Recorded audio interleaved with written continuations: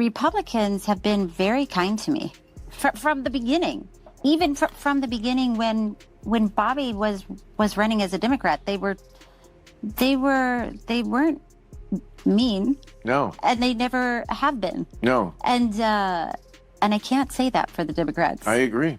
And it's sad because it's not the Democrats we grew up with. Right. Yeah. And that's the difference that people don't, I think, see. They're like, why did you turn on the Democrats? Well, first of all, I didn't. Like I said, we voted for the same person. But I'm not going to pretend I don't notice how different they are. Yeah. How mean they've become. Bill Maher and Cheryl Hines teamed up to take a sharp look at the Democratic Party, and the outcome was both revealing and unexpectedly entertaining.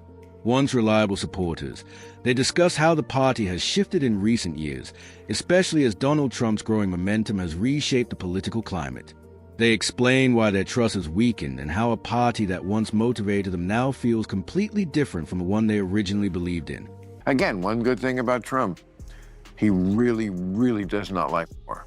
Which I love that about him. I kind of do, because I don't want war either, and most of them are unnecessary. Agreed. I mean, he took a long time when I had that dinner with him talking about the pictures he sees coming from Ukraine, the stuff that doesn't get out on the news. It's like raw footage of bodies in the field. Yes. And you could tell it really moved him. It's like, I do not want to see this, and I'm the kind of guy who can fix this. It's genuinely surprising to see Cheryl Hines and Bill Maher acknowledge that there are aspects of Donald Trump they can appreciate.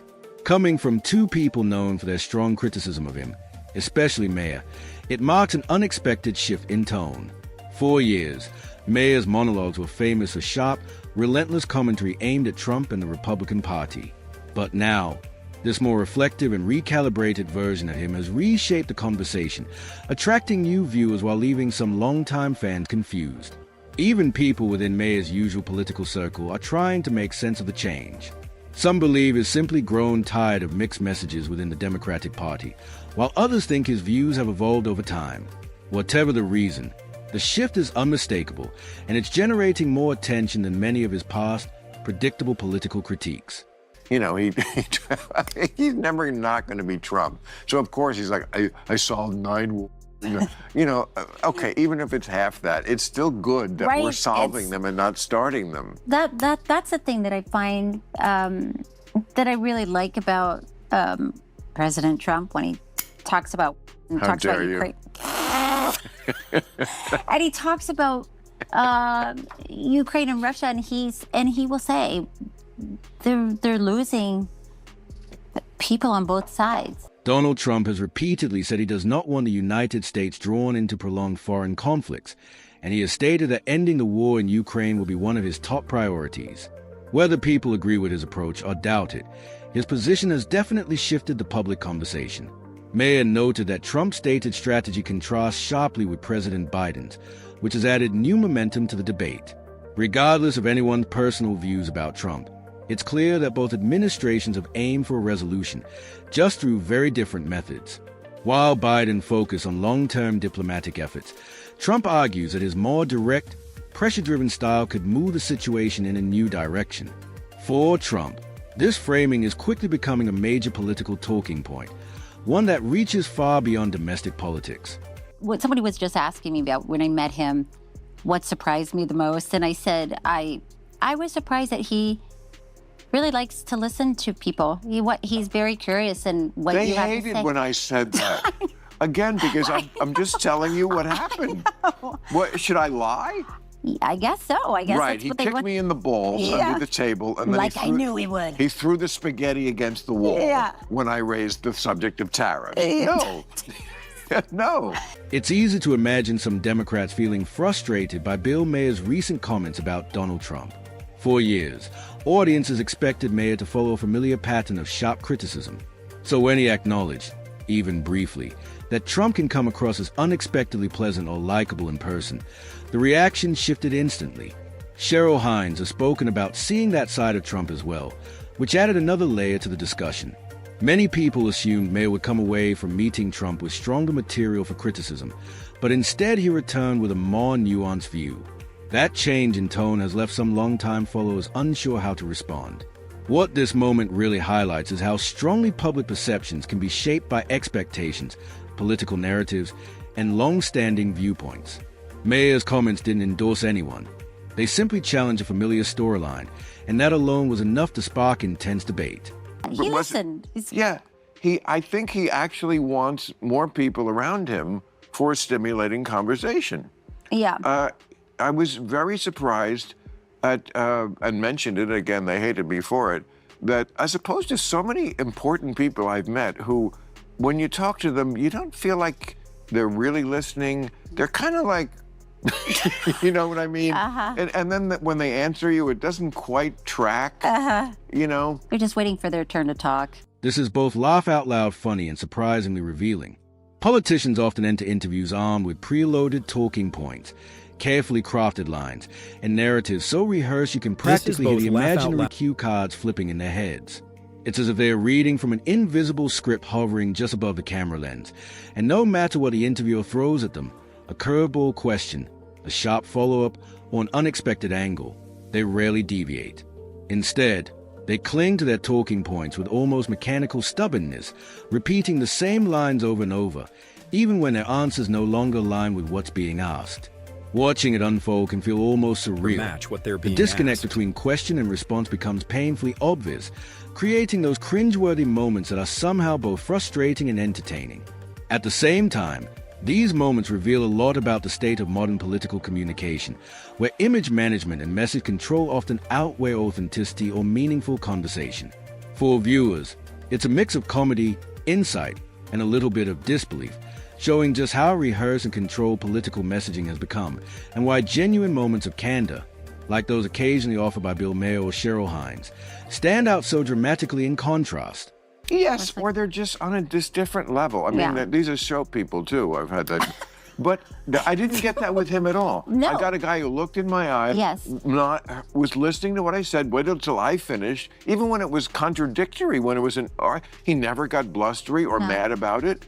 You know, he said some things that I don't agree with and some things that I think are just, you know, plainly not right, like, you know, third term. Yeah, I think you could do it. I'm having people look into it. No, you can't do it. and you can have people look into it from now until the end of time. It's like 12 words in the Constitution. You can't do it. This also helps explain why Kamala Harris often gave broad, vague answers instead of clear, detailed responses. Even when a question clearly called for specifics, she frequently drifted into what many now call word salads, long, polished-sounding sentences that ultimately said very little. Watching her interviews, it often seemed like she wasn't truly engaging with the questions.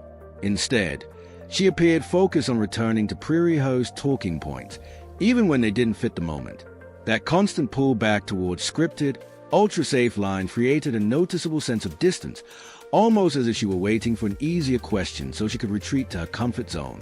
When politicians prioritize the script over genuine communication, it becomes obvious. Harris's interview served as a clear example of how over-reliance on rehearsed messaging can leave viewers feeling puzzled, unconvinced, and disconnected. But he didn't get mad. Right. And then I also made the point that, you know, I went home that night and I was getting into bed in 60 Minutes. I taped it, and there he is on 60 Minutes, and he's like ranting and raving. I'm like, who's this guy? This is not the guy I met.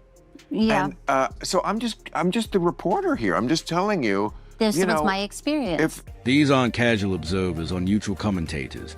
These are lifelong Democrats who are openly acknowledging something positive about Donald Trump. That alone has caused a stir in certain parts of the left. For years, the unspoken rule has been simple. Democrats are expected to show unwavering opposition to Trump, with little room for nuance or independent thought.